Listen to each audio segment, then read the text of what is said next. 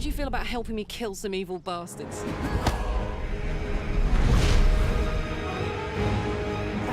Blackett blesses me this day. Together, we might survive. I'll enjoy watching you try. Why was there such an obsession with detail for 5th edition Dungeons and Dragons? Like, why is it so accurate? But I'm here today speaking to you because I'm also in the middle of directing and producing the official 50-year history of Dungeons and Dragons documentary, working alongside leading Dungeons and Dragons scholar John.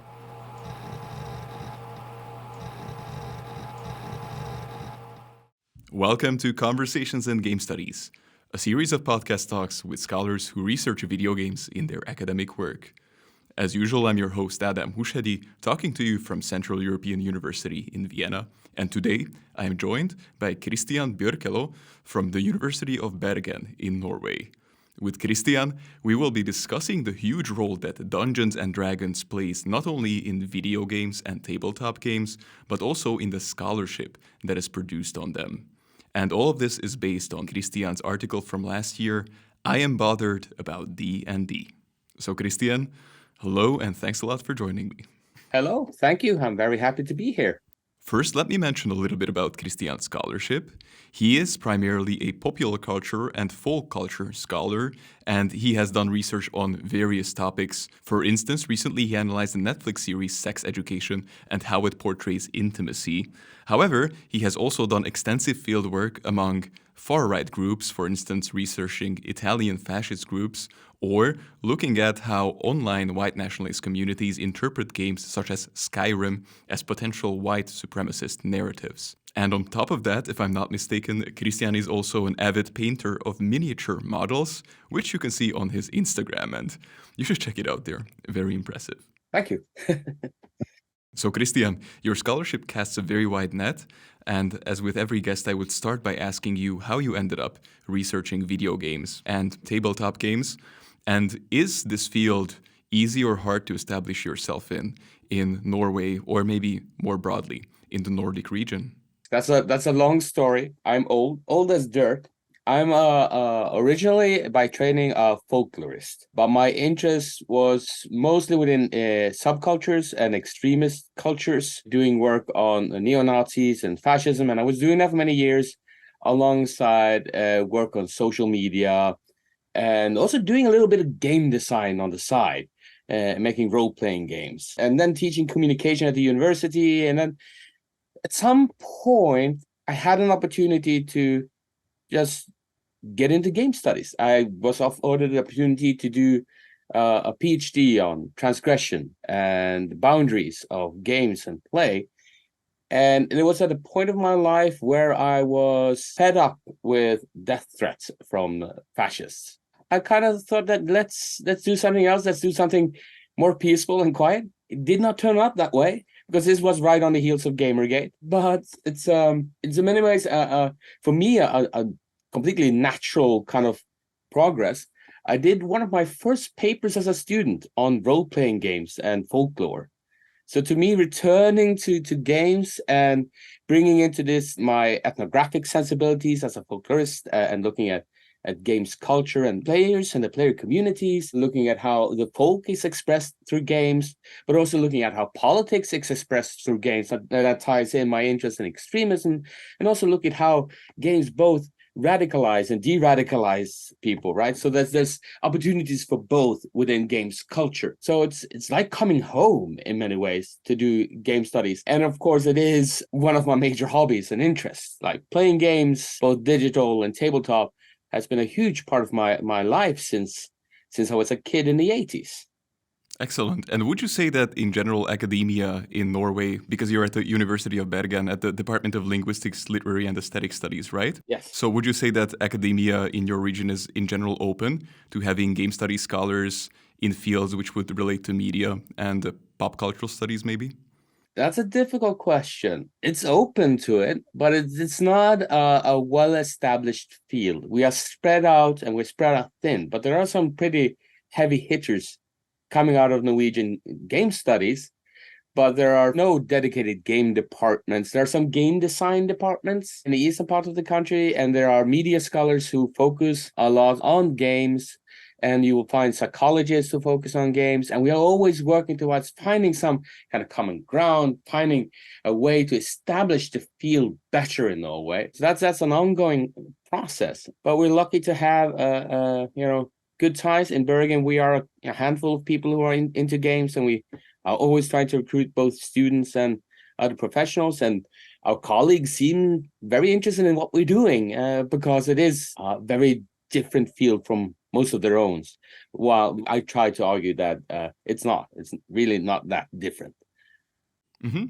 And I guess since you've been an avid tabletop gamer, Dungeons & Dragons has always been close to you, which is probably also one of the reasons why you could pen this research last year titled I Am Bothered About D&D, so I would move straight into that.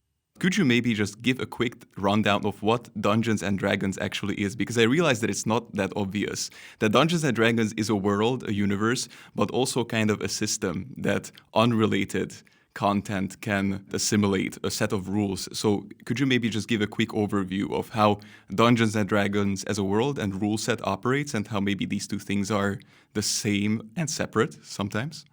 Of course. Well, first of all, Dungeons & Dragons is mostly a system.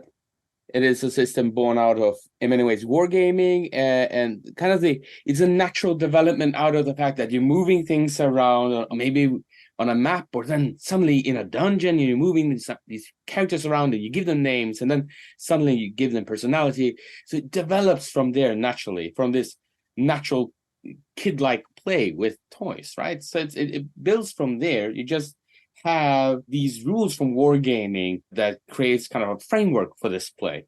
It is not the only progress that was made here that created Dungeons & Dragons. There are other games that are coming out at the same time, does things that also influences Dungeons & Dragons. So you can talk about different kinds of play that also influence Dungeons & Dragons. It is just kind of the nexus of so many things here that creates Dungeons & Dragons in the 70s. When people think of Dungeons & Dragons as a world, we are usually discussing Faerun and Forgotten Realms, which is one of the campaign settings for Dungeons & Dragons, but it's far from the only one. So, but it is the most commonly known, though it's not the original either, but it is the one that most people play, and the one I played when I started playing Dungeons & Dragons in the early 90s. Had a lot of fun with that. Okay, thank you for that breakdown. And tying into that, could you also give a brief rundown of how Dungeons & Dragons became such a huge entity from its humble tabletop roots? Because today you can see it in everything from Stranger Things to actual tabletop games and video games. So how did Dungeons & Dragons manage to be so enormous over the years and decades? Again, a really, really big question. And there are people writing books on the history of D&D. And I'd rather not step on their toes. So I try to keep it brief and general, because they have a lot more specialized knowledge about the kind of the publishing history and the different moves that were made.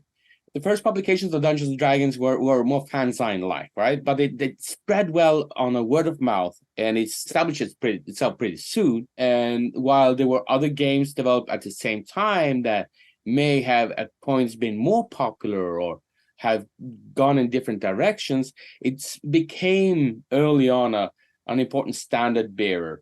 Early on, the company publishing it, TSR, became also painted as a villain because it had all this influence on the hobby, which we have to understand is a niche hobby. This is a very small community, right? Internationally, it is a really, really small community compared to people who enjoy video games today or watched movies in the 80s. This is a small community of people. So the lines of conflict are that more intense, I think. So there's this development during the 80s. There are a lot of different games. Dungeons & Dragons is sticking on and developing and redeveloping and improving on that rule set. It has its ups and has its downs during that period. But I think what really, really put Dungeons & Dragons in an important place was with Wizards of the Coast coming in and buying it, and with the 3.0 rules taking over from the Advanced Dungeons & Dragons rules that I were used to playing, and 3.5 and the open gaming license and the attempts at the D20 umbrella for gaming. They started really, really taking more space within the community and within the kind of culture. And that was a willed process from Wizards of the Coast. Wizards of the Coast itself is owned by Hasbro, right? Not at this point. They buy it later. I don't remember the year. But yes, that was also something that irked the community when that happened. One thing was Wizards of the Coast had already gotten a bad reputation, but they do well in expanding. But I think what we see today is a result of many different factors. One thing is you had the actual plays online that really brought it forward. You've had also the pandemic that made people get together in smaller groups and also play more online. They needed social interaction in a way that video games don't necessarily provide. So it fits that. But there's also the fact that those of us who played role-playing games, including D&D, in the 80s and 90s, are now old enough to make decisions about what you get to see. So you will find that the people who are making the movies and writing the newspaper articles and doing all these sorts of things are much more familiar with D&D and may even have been players themselves back in the day. So that helps create more attention to the hobby and in Dungeons and Dragons in particular. And indeed, one of the basic premises of your study is that Dungeons and Dragons have become synonymous with the role-playing hobby, and that the vast majority of, I think, especially big-budget RPGs today, all in some shape or form, are basing their rules on Dungeons and Dragons. So can you maybe give us a picture of where Dungeons and Dragons and the Wizards of the Coast are today in terms of the economics of the entire ecosystem? Well, they're not completely transparent about the economics of it, but they have claimed that 50 million people played Dungeons and Dragons or have played Dungeons and Dragons in some form or another, or even just watch an actual play. We are unsure on exactly how they calculate this. If this is 50 million people from day one or just 50 million this year, we don't know, right? Either way, these are small numbers if you look at it like from a big perspective. So still, Dungeons and Dragons is a niche market. And though it is the biggest role-playing game out there in terms of sales and player base and attention, it's still small. I always try to think that this is a niche market, and we have to keep that always in mind. But they have been very successful with after the debacle of the 4th edition that nobody seemed to care much for. 5th edition opened up a lot. They were very clever in their marketing of the 5th edition and its open gaming license, making sure that everyone could produce books for that system, allowing anyone with any kind of idea, any imagination that they wanted to put forth to the people, and some kind of creativity, they could always use a ready-made system. They didn't have to create their own system, which is hard work, right? To create a game system that works. So that was available for them easily, free of charge at the time. Right? And still is, but stuff has happened. So they managed to kind of take a large part of the market that way, and using marketing well towards the youth and strengthening their brand with basically this 5e kind of approach. So that way you end up with the fact that a lot of people are using 5e when they go to Kickstarter with their world system, and any game that wants to, or any publisher who wants to make, for instance, their books or their movie into a role-playing game, 5e is readily available. And here's a problem, right? 5e may not be the right system to tell the story that they want, because systems matter. So that's where the problem starts occurring. But it really, really became a problem earlier this year where they proposed changes to the open gaming license that counteracted some of the original statements in the license. It would have made people have to pay a small part of their profits to Wizards of the Coast if they had successful 5e products. And that was a lot of debacle. And now a lot of people are spreading out and creating new systems. A Critical Role, maybe one of the biggest successes for Dungeons and Dragons, is now creating their own systems and promoting them instead. This was a strong blow against Wizards of the Coast and the 5e kind of brand. And do you think, maybe not at this point, after the backlash, that they have been in a position where their monopoly on the market, let's say, or their influence culturally has been so huge that people would automatically go to Dungeons and Dragons instead of trying to develop their own systems? I won't speak on their behalf or kind of project motivation onto them, but there are some marketing kind of mechanics at play here. So of course they want to dominate the market. That's only natural. This is what they want. The open gaming license was a way of doing that. It's something they, at least parts of Hasbro and the corporate leadership wants to do, but I do believe that also the people who are actually working with Dungeons and Dragons for Wizards of the Coast are enjoying all these different systems that are out there, and I wouldn't want to kind of have a monopoly on this. But that's my suspicions. I haven't interviewed them, so. Your study did, however, talk a little bit about the ramifications of this popularity or indeed monopoly of Dungeons and Dragons. And I guess the crust of it is that it may be a niche hobby. However, Dungeons and Dragons seems to be dominating the tabletop hobby. And that the problem is that in academia, people are giving way too much attention to Dungeons and Dragons based games. And that it may be unwittingly so, but entrenching this monopoly. So can I ask you to talk a little bit about the findings of your study of how overwhelming this attention towards Dungeons and Dragons is in game scholarship, be that video games or tabletop game scholarship? Of course, this paper is, I do define it as a rant. So this is me ranting, but it comes from first of all, personal experiences from going to conferences and visiting every analog kind of track I can, because I'm very interested in analog games. I go to all the panels on this, and I discovered that most of the talks, if not all at some conferences, were about Dungeons and Dragons, and there were no mentions of other systems, even when the talk was about the mechanics. So what I did, in a kind of I believe it might have been a manic episode, who knows? I decided to read through all the game studies affiliated journals. I did a search through all of them for role-playing games and tabletop role-playing games, counting the mentions of Dungeons and Dragons versus other systems and games. And it was a huge difference.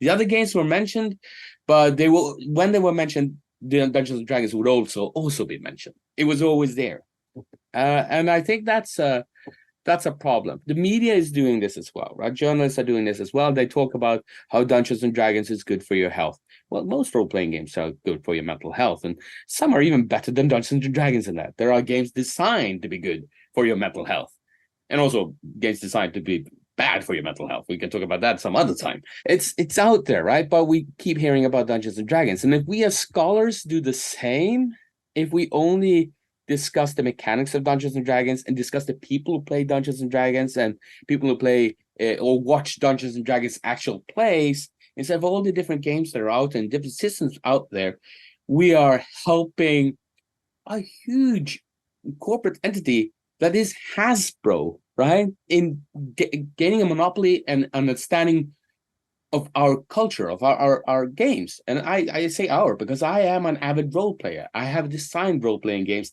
I'm designing one now. I feel we should remember the huge variety. Something I tend to say is a bit crude, but the fun and the role-playing that happens in Dungeons and Dragons that we laud it for often happens in spite of the rule set, not because of it.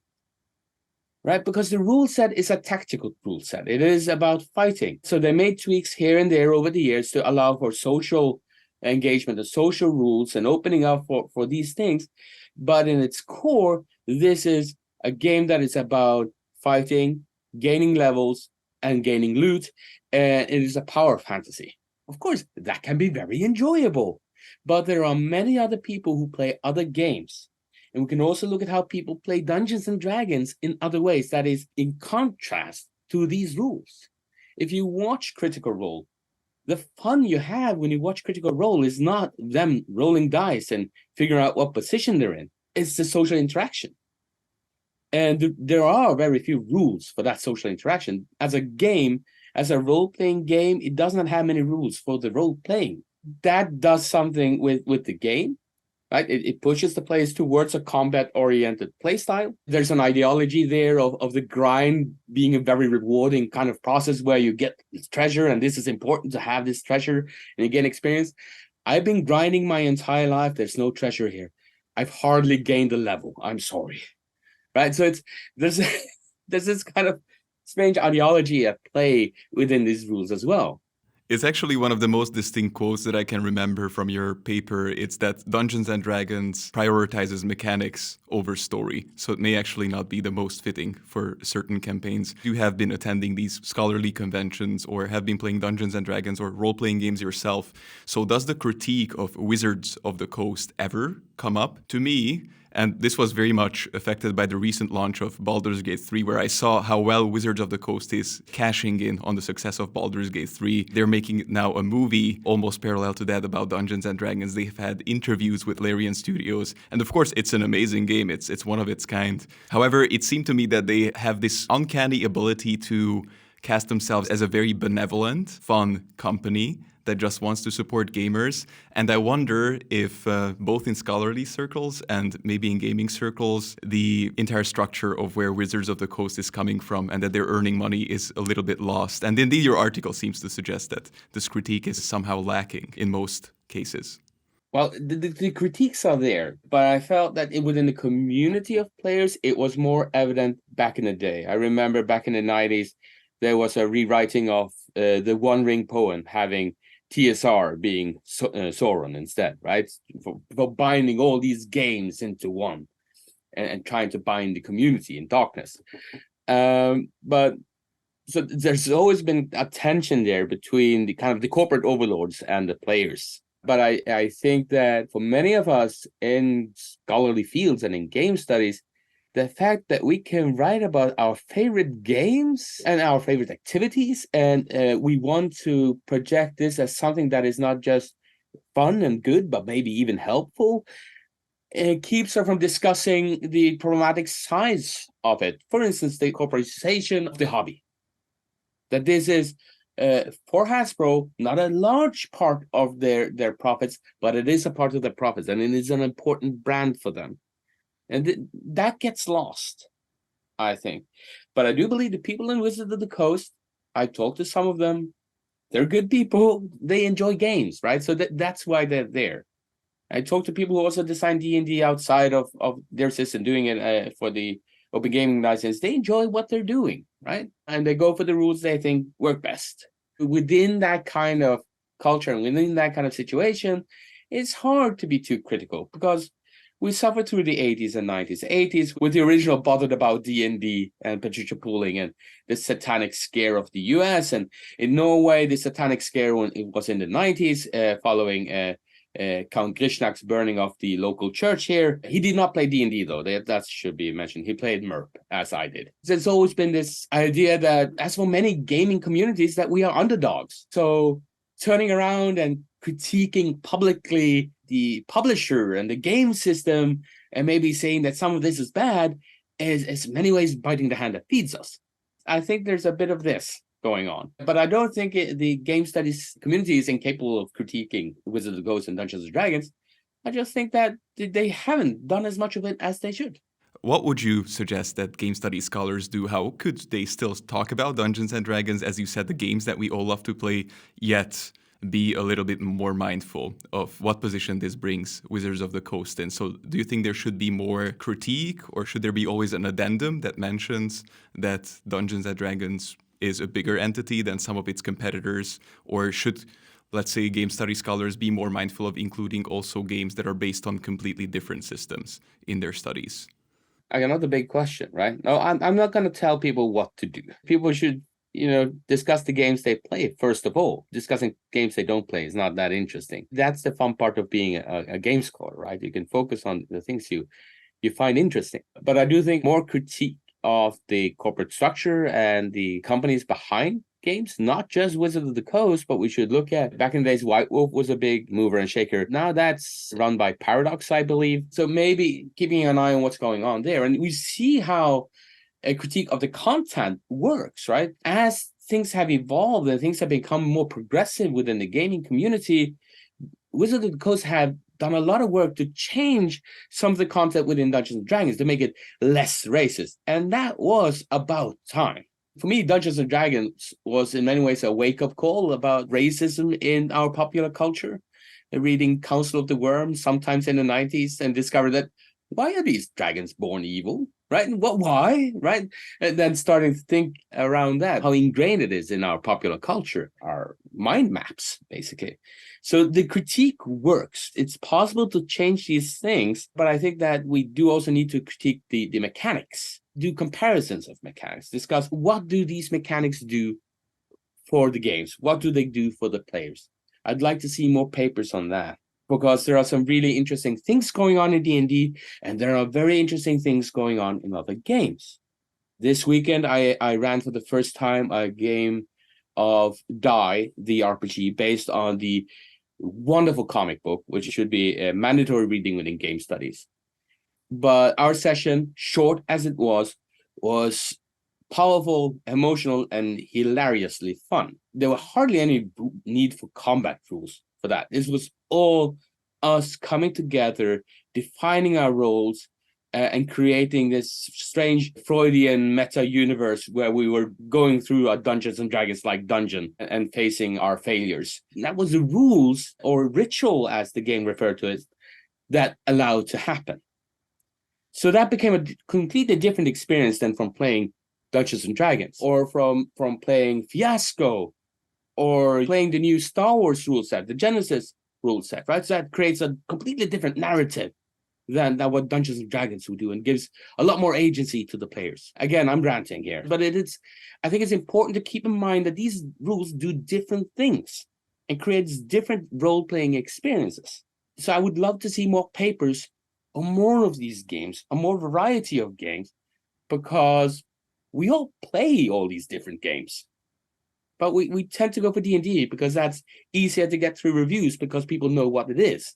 Yeah, thank you actually for that rant, because that perfectly covered my next question, which was asking you to mention whether you know any systems that are particularly good and they are not D&D based. In the video gaming realm, I was very pleasantly surprised by Disco Elysium a few years back, which does play around with some Dungeons and Dragons rule. I guess there's a lot of similarities, but it strips the combat completely out, and you have items like clothing and different social traits, which actually substitute the entire combat mechanics. So if there's other standouts that you would like to mention, please do rant on, because this way we don't speak only about D&D. Yeah, to take that, if you want to do a comparison and using video games as an allegory, you could not tell the story of Disco Elysium using the rule set used in Baldur's Gate 3. It would be impossible. It would be a completely different story. So it's important to keep in mind that mechanics matter. So there's systems like Fate, there's Powered by the Apocalypse. Many of these are openly available. Forged in the Dark also allow for very interesting things, and some very specific types of games that are very niche and focus on different stuff. I enjoy a lot a game called Goblin Quest, where you play a bunch of goblins. So you die a lot and you just replace them with a new goblin. And it's all about that one day they're alive, because they die in one day. That's their life cycle. And it creates a different kind of hilarious situation with less risk, for instance, right? Because you can die 9 times or something. My suggestion is to keep an open mind and look at what's going on within the role-playing community, and design is always changing. There is an argument to be made that a lot happened in a forum called The Forge some time ago. It's gone now, but there are books on it, and so it's still with us. And the games that came out of that community is still with us, and they are in many ways a counter to the D&D approach to gaming, where combat is in focus, because that D&D is not even alone in that, right? Combat is important because role-playing games, they want story, and stories want conflict, and the easiest way to do conflict is through violence. But there are these other games, right, that allow us to see different types of conflict, emotional conflict, and even mental conflict, like Lubed's Bride, where you all play parts of the same person's psyche, discovering this person's trauma. There are so many different ways of approaching this collective narrative process that is role-playing games. But sometimes, of course, you just want to pick up a sword and slay something, and that's okay, right? It's okay. Personally, I would recommend another system than Dungeons and Dragons there. So I would recommend something like Forbidden Lands for my fantasy fix. I'm playing a campaign now. I'm having a great time. It has all the fantasy trappings and all the combat and everything, but it also has these great tools for procedurally generating a story makes it easy for me as a GM to fill the world and make it alive. And so it's so many options. Again, D&D can be a lot of fun. All these games are dependent on one thing. They have one thing in common. They're dependent not just on rules, but they're dependent on the table. Who are you playing with? The people coming together to have fun. That's the most important factor. I have very fond memories of D&D. Even loved the new movie. It reminded me of all the good times I had playing when I was a kid. That's great. And thank you also for the recommendations. That covers my ending question. So I would like to ask you, did D&D actually help you out a lot during the lockdown and during the past years? Or did tabletop games help you out a lot? Because you said that many people got around to it thanks to COVID. So I wonder if it had an effect on you too as a scholar, but both as an enthusiast. I'm a huge nerd. So my love for role-playing games never faltered. I started being more and more interested in tabletop gaming before the pandemic.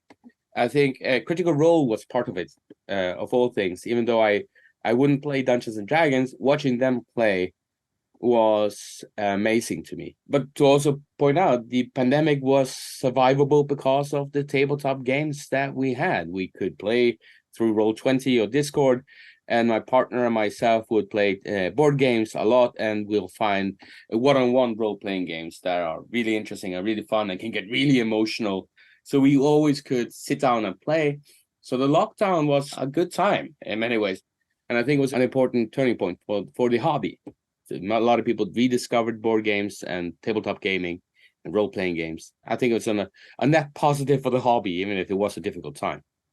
And I guess that really does double down on the fact that it's a healthy thing to do. But you don't need Dungeons and Dragons for it. You don't need Dungeons and Dragons for it, but that's a completely different conversation to discuss the health benefits of role-playing games and tabletop gaming. I could keep ranting for hours on these topics, I'm sorry to say.